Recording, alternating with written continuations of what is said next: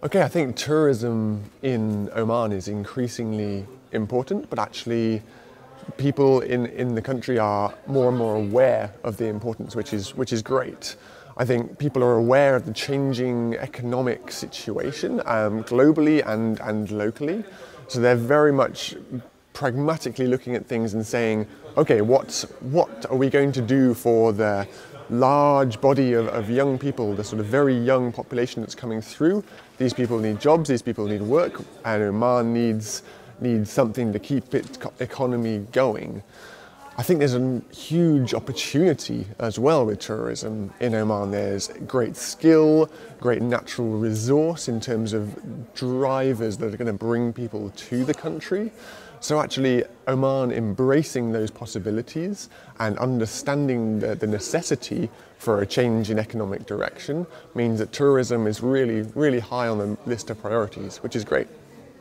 So the project nominally is slow food, so it's bringing good, clean, fair food to Oman and to the local area. The way the project has gone is very much trying to understand the realities on the ground for people growing food, people buying food, people eating food, and developing something which really addresses the key issues that they're facing. And the issues we've found talking to suppliers, talking to people who buy in the produce, is that people are really keen to connect up local food with local businesses and make that happen.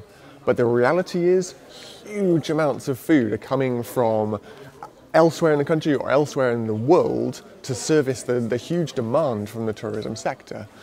There's a disconnect between the local producers and the local businesses. But no one wants that. The producers and the businesses both want to talk to each other, but there's no way. So what we've been doing is looking at how we create that connection, how we create those local ties, local bonds, local methods of interaction, which means actually the huge demand that's coming from the tourism sector, from the businesses that are servicing it, can be met, or at least partly met, by the local people, local producers, and local good quality, clean, fair food which is available to them. So we've been working quite focused on Salalah and the surrounding area, but I think the principles of how the group has gone about it are very much applicable to the rest of Oman. They've been working on a kind of a trademark, a mark which says this is local food for Oman, and I think it's very appropriate to Salalah at the moment, but there's no reason why it can't become something which is used across Oman.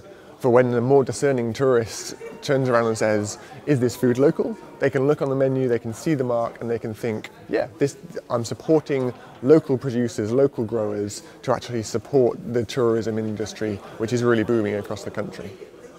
I'm really excited for tomorrow's presentation. I think what was fantastic was that we came in this morning and the group had just shifted into a different gear, and you could see that they had everything planned out in their heads. They knew where they were going, they knew what they were trying to do, and they were really clear on their message.